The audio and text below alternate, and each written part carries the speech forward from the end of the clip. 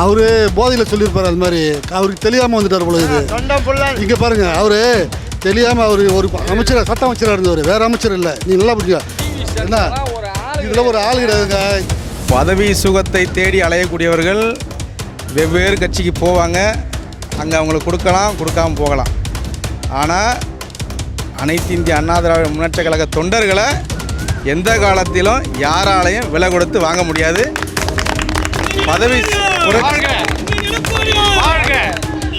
பதவி சுகத்துக்காக போகிறவங்க மட்டும்தான் வெளியில் போவாங்க. ஆனால் உங்களுடைய அணுகுமுறை சரியா?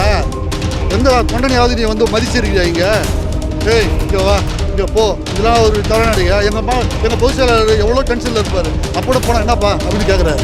சரிங்களா? தொண்டனை, சாதாரண தொண்டனை எப்படி அணுகணும் தெரியாத ஒரு சிவி சண்முகம், என்ன வேலுமணி, இவங்களை எத்தனை தொகுதி ஜெயிச்சிட்டாங்க? எடப்பாடி தான் இன்றைக்குமே அவரால் தான் இவங்க இருந்தவங்களாம் ஜெயித்தாங்க. 234 தொகுதிக்கும் அவர் போய் தான் கஷ்டப்பட்டார். இரண்டாக உடைந்த அதிமுக என்னதான் நடக்கிறது எடப்பாடி பழனிசாமி அவர்களுடைய இல்லத்தில்? இன்றைக்கு அவருக்கு பிறந்த நாள்.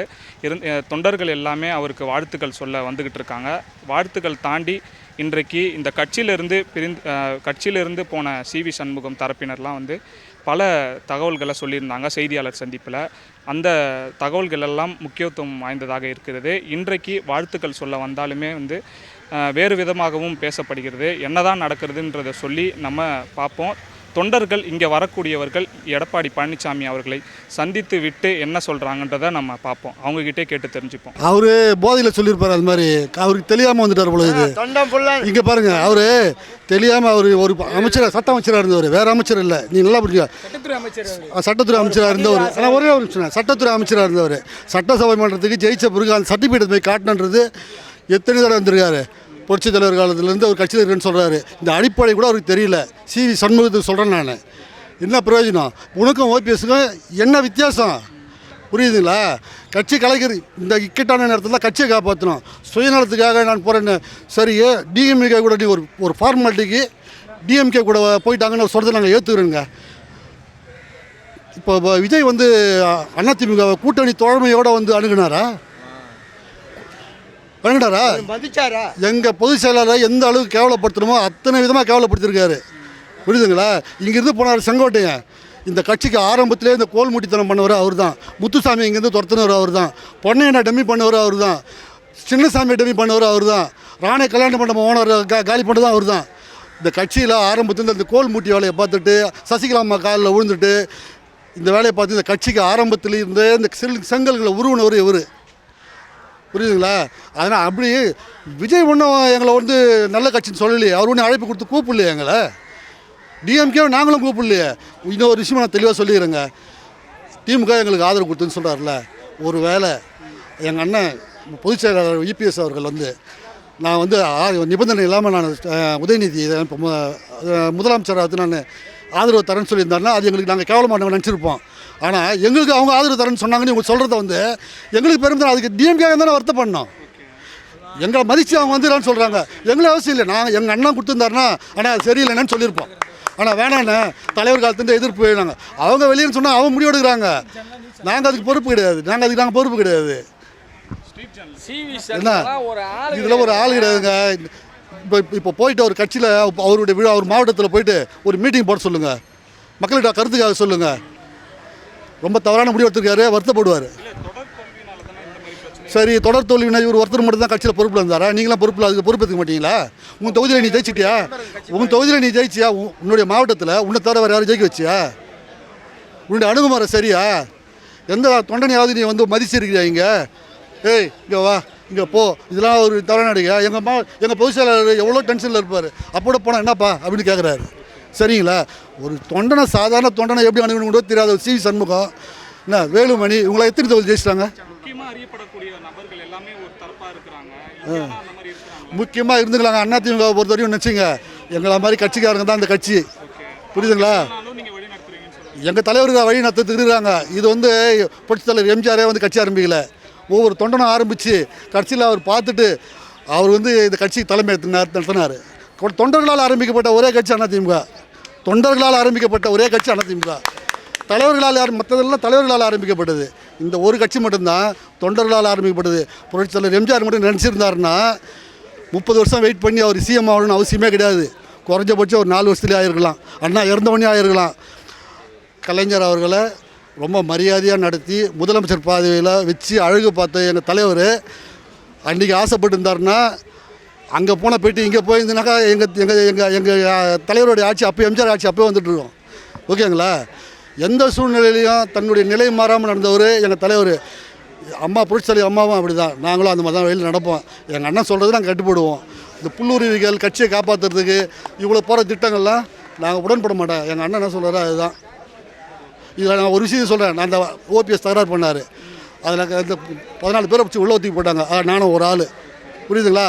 எங்களுக்கு தான் அந்த வேதனை தெரியும். ஒரு நாள் ஜெயிலில் போய் உட்காந்துட்டு வந்துருந்தாருன்னா அந்த கல்லடிகளை நீ சொல்லடிகளையும் அவர் தாங்கி இருந்தாருன்னா என்ன மாதிரி கட்சியாருடைய வேதனை புரியும். தவறு பண்ணுறீங்க, இந்த தவறுக்கான தண்டனை நீங்கள் அனுபவிப்பீங்க. உங்களை அடுத்த தலைமுறை மன்னிக்காது. நன்றிங்க.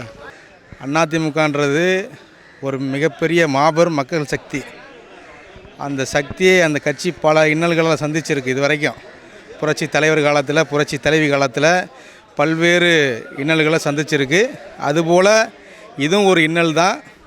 இதையும் எல்லாம் சாதித்து வந்த எடப்பாடியார் மீண்டும் இந்த பிரச்சனைகளெல்லாம் சரி செய்து மீண்டும் தமிழகத்தில் புரட்சி தலைவர் புரட்சி தலைவி அம்மாவின் ஆட்சியை தமிழகத்தில் கொண்டு வருவார். அதற்கான எல்லா நடவடிக்கைகளும் எடுப்பார் என்ற உறுதியை நாங்கள் தொண்டர்களாகிய நாங்கள் அனைவரும் நம்புகிறோம். கட்சியை விட்டு போனவர்கள் அதை பற்றிலாம் நாங்கள் எந்த விதமான கவலை இல்லை. எங்களுக்கு புரட்சி தலைவர் புரட்சி தலைவி எடப்பாடியார் இரட்டை இலை, இதுதான் எங்களுடைய தாரக மந்திரம். நன்றி. அது எங்களுடைய புரட்சி தமிழர் எடப்பாடியார் அவர்கள் எல்லா விதமான முயற்சியும் எடுப்பார். ஏன்னா நீங்கள் ஆரம்பத்தில் பார்த்துருப்பீங்க, எப்பேற்பட்ட சூழ்நிலைகளை இருந்துச்சு அப்படின்னு பார்த்துருப்பீங்க. அதை எல்லாமே சரி செஞ்சு இன்றைக்கி கட்டுக்கோப்பாக புரட்சி தலைவி அம்மா எப்படி நாங்கள் இந்த கட்சியை நடத்துனாங்களோ அதுபோல் இராணுவ கட்டுக்கோப்போடு வச்சிருக்கிறாங்க. இப்போ ஒரு சிறிய சறுக்கல், அந்த சறுக்கலையும் சரி செய்து மீண்டும் புரட்சி தமிழர் அவர்கள் இயல்பு நிலைக்கு அனைத்து அண்ணா திராவிட முன்னேற்றக் கழகத்தை வழிநடத்துவார் என்ற நம்பிக்கை. முதலமைச்சர் விஜய் அவர்கள் எல்லாரையும் சந்திக்கிறாரு. இபிஎஸ் அவர்களுக்கு பிறந்த நாளான அவரை சந்திக்கல. இங்கிருந்து பிரிஞ்சு போனவங்களை சிவி சண்முகத்தை போய் சந்திச்சிருக்கிறாரு. கண்டிப்பாக அவருடைய அரசியல் மாண்புன்னு சொல்லி எல்லாரையும் போய் பார்த்துருக்காரு. நிச்சயமாக அவர் எடப்பாடியார் அவர்களையும் சந்தித்து அவருடைய வாழ்த்தை பெறுவார்ன்ற நம்பிக்கை எங்கள் எல்லாருக்கும் இருக்குது. அதை அவர் செய்வார்ன்ற நம்பிக்கையும் இருக்குது. அதிமுகலேருந்து பிரிந்த தரப்பிற்கு தாவேக்கால முக்கிய பொறுப்புகள் அமைச்சர் பதவியெல்லாம் கொடுப்பதா சொல்லப்படுது. அதை பற்றி என்னென்ன? பதவி சுகத்தை தேடி அலையக்கூடியவர்கள் வெவ்வேறு கட்சிக்கு போவாங்க. அங்கே அவங்களுக்கு கொடுக்கலாம், கொடுக்காமல் போகலாம். ஆனால் அனைத்து இந்திய அண்ணா திராவிட முன்னேற்றக் கழக தொண்டர்களை எந்த காலத்திலும் யாராலையும் விலை கொடுத்து வாங்க முடியாது.